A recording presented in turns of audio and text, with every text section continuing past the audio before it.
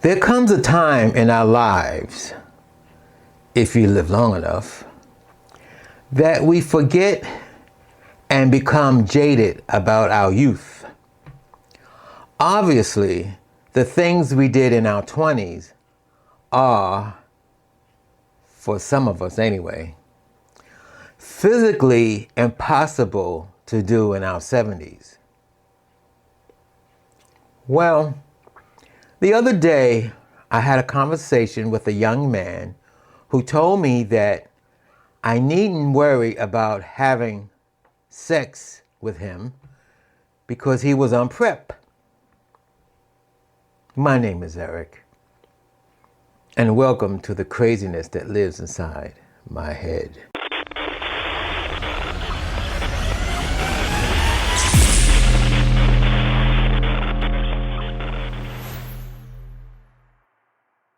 GMHC, Gay Men Health Crisis, was founded in January 1982 after reports began surfacing in San Francisco and New York City that a rare form of cancer called Kaposi's sarcoma was affecting young gay men. After the Centers for Disease Control declared that the new disease an epidemic, the gay men's health crisis was created when 80 men gathered in New York City, writer Larry Kramer apartment to discuss the issue of gay cancer and to raise money for research.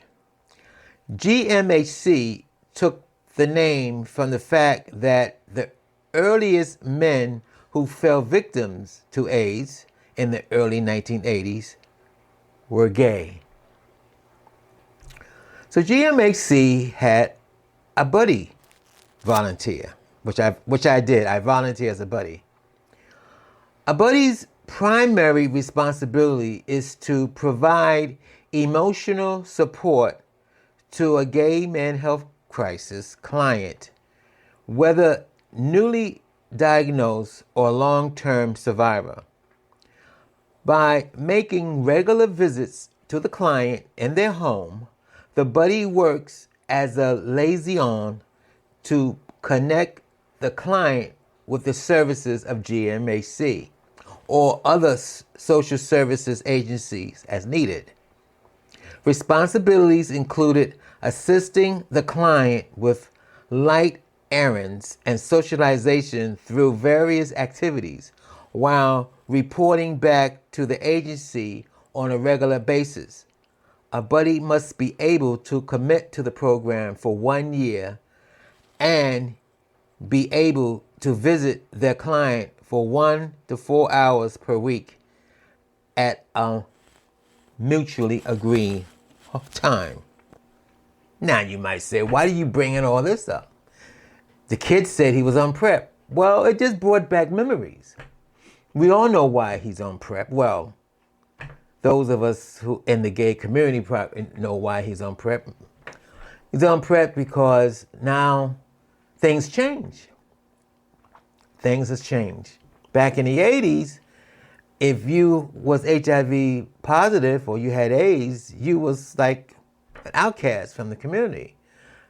And because, with the help, I guess, with the funds that GMHC donated to this research and other organizations that donated to the research, they came up, was it 20, I don't know what year they came up, but they came up with PrEP. And PrEP is good if you take it before you have sex, I guess. I shouldn't even talk on the PrEP. But I just found it, this kid wasn't the only one. I have friends, not as old as I am, they're in their 50s, and they're taking PrEP. So the kid just wanted to make it clear that he was okay he was I don't know if he was HIV positive or not, but he was on PrEP, and it just brought back memories. It brought back memories when one of the things I did. I know you hear me talk a lot about my sobriety, but one of the things I did when I got sober, I became a buddy. That was 1988. I became a buddy for GMHC, and my first client, believe it or not, was a female.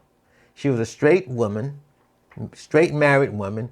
Her husband died of AIDS. He was a drug addict. They both were addicts.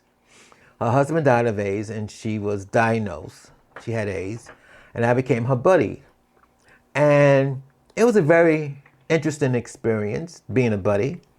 I took her to GMHC. Used to have dinners, I think on Friday nights. Friday nights, I would take her to GMHC for a free dinner. I have dinner with her, and I'll do errands for her and take her to, if she need help to go into appointments and stuff like that. I did that. I'm just saying, this kid just brought all these memories up. I mean, it's interesting he brought it up because like I said, I have friends who are on PrEP, but when we talk about PrEP with them, I don't know. I didn't really think about it. And then we have what happened with me, my experience. It's a very interesting experience because she was my first client. And I had two more clients, two gay men. And I remember the one gay guy we had who was my client. I did take him to GMHC for dinners on Friday nights. I think I met him and got, you know how you meet somebody, become friendly, we became friends, we talk, not on a daily basis, but we talk once or twice a week. I only took him out, Fridays was our night to go out to, to have dinner, and he passed. A week after that, I think a week or 2 weeks after, I think I took him to dinner like 2 or 3 times. And I found out through his sister, he passed. She called me up to let me know that I wouldn't be able to, not to pick him up that Friday night because her brother passed. And that was sad. That was sad. He was a nice guy. He was a real nice guy. Then then they gave me another buddy. I was another buddy with another gay man. And that was very interesting with him. And we, I mean, I'm going to be honest with you. These are not people that I spend all my life with. These are people that I meet and with them maybe 2 or 3 hours a week. So like I said, once in a while during the week, we might talk on the phone. And then on Friday nights, I always take them to dinner at GMHC at the gay center. I take them to dinner. And no, we didn't have dinner. GMHC had their own place, if I'm not mistaken, where we took them to dinner. But anyway, to make a long story short, he passed. I think maybe I was his buddy for a month. The woman, I was on a buddy with her for about a month, 2 months. I don't know what happened. I'm not sure she passed or not. I'm not quite sure. I keep thinking, I think she wanted a female buddy. And I think that's what it is. And at the time, GMHC didn't have any female buddies. And I think that's what happened. I know I was her buddy for a while, and I didn't know that she wanted a female buddy. Now, I don't remember her dying, but I do remember her. I just can't remember what happened. I know she didn't die, but I think she finally got a female buddy that, which was great. I didn't matter. But my third client, my third buddy that I became buddies with, I think it was a good month or so, and he passed. And he passed unexpectedly. It wasn't like, as far as I know, he wasn't sickly or anything. I got a phone call that he passed. And I became depressed, really depressed. I became depressed to the point that I didn't want to be friends with anybody who was HIV or have AIDS, because I'm thinking, well, they're going to die on me. And that has nothing to do with them. That has to do with, because at the time I was seeing a psychiatrist because of my alcoholism. And my therapist said that I had a fear of being abandoned. And that's what that was all about, being abandoned. Because it came to the point I got very depressed. Here I am putting my I don't want to say soul, but putting my energies into doing these things and getting to know people, especially when you get to know somebody and you like the person and then they're gone. So I was abandoned. That's how I took it in my psyche. They abandoned me. So anyway, I was told by my therapist to take a break. Let's be honest, I never went back to being a buddy. In fact, there was a long time, especially in the 90s and the 2000s, I think my mind kind of shut down about being gay and dating these guys who could be out here with HIV, and I'm quite sure I did. In fact, at the time in the 90s, my best friend was Robert. We went to a bar and we both took home a man. I don't think I knew. I think he knew. The guy had AIDS, and we both had sex with him. And I found that out after Robert, who never told me he had AIDS, I found through the grapevine. Now, this is somebody I talked to almost every day. He was my friend, but never told me that he had AIDS until he went to the hospital. And they said he was diagnosed with AIDS. And then, of course, I freaked out because I said, oh my God, we had sex with the same guy. Because that guy actually had passed. He passed because he had AIDS. And then I went, got tested and tested negative. And while we were on that subject, I had another friend who I like very much.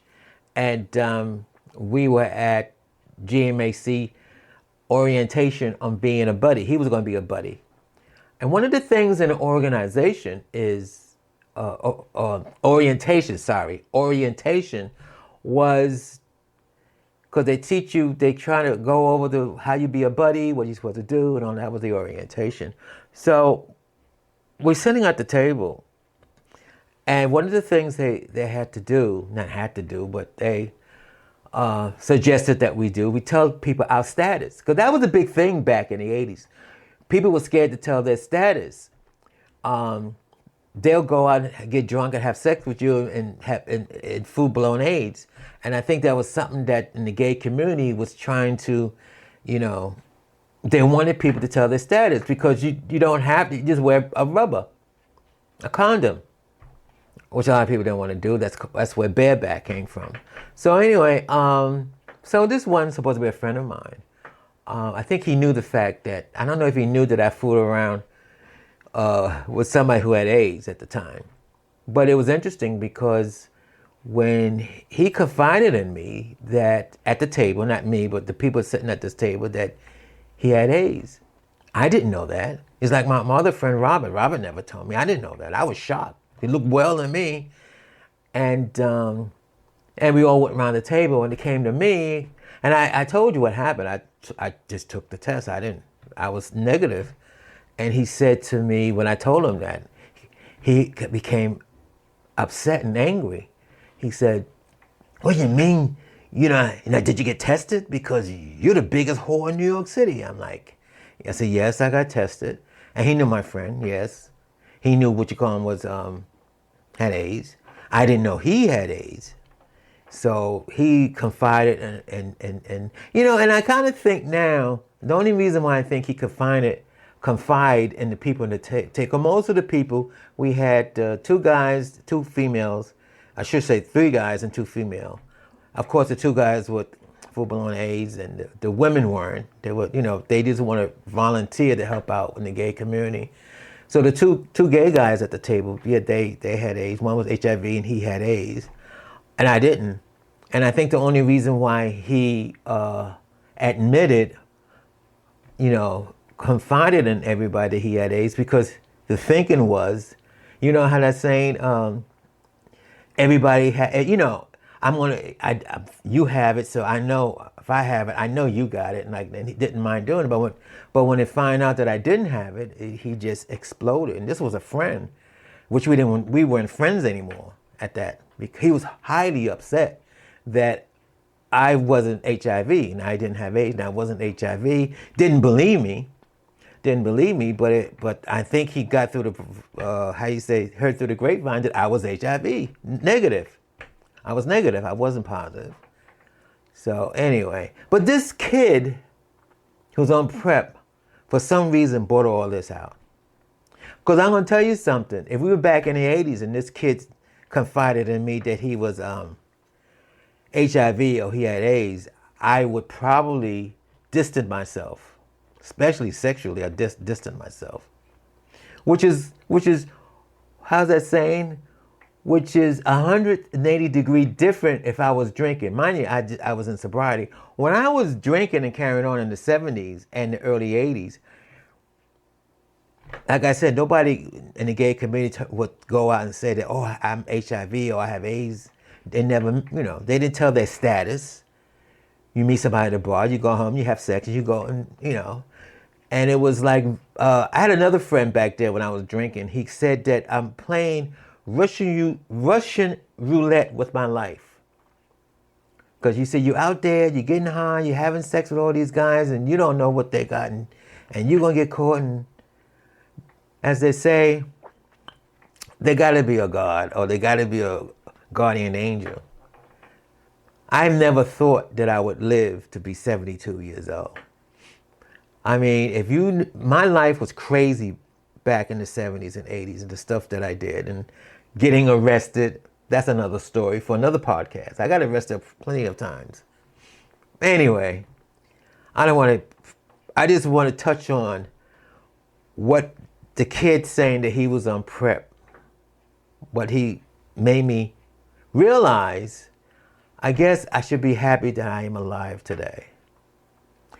You just heard the craziness that lives inside my head.